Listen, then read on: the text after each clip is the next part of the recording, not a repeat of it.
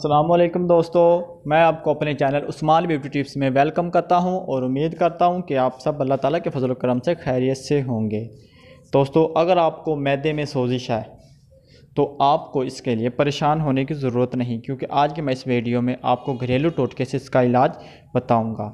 दोस्तों, आपने हल्दी 1 खाने का चम्मच, अरके मको 1 बोतल और मलट्ठी 1 खाने का चम्मच है पिसी हुई, सौंफ 1 खाने के चम्मच पीसी हुई, हल्दी मलट्ठी और सौंफ को मिक्स करके 1 खाने का चम्मच और एक खाने का चम्मच ये लेना है और 1 कप अरके मक्को के हमरा दिन में 2 बार इस्तेमाल करना है। सिर्फ़ 1 हफ़्ते के इस्तेमाल से ही मैदे की सोजिश इंशाल्लाह ख़त्म हो जाएगी। ये टोटका मैदे के सोजिश, दर्द और खट्टी डकारों को ख़त्म करने के लिए बहुत ज़्यादा बेस्ट है।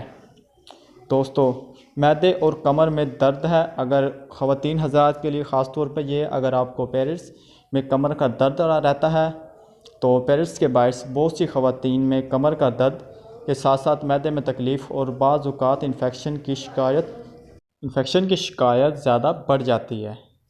दोस्तों, इसके अज्जा आप सुन लीजिए। आपने केले का पत्ता लेना है 1 अदद छोटा, और दही 1 प्याली लेनी है। कुकिंग ऑयल हस्बे ज़रूरत, जितना आप चाहें उतना कुकिंग ऑयल इस्तेमाल कर सकते हैं।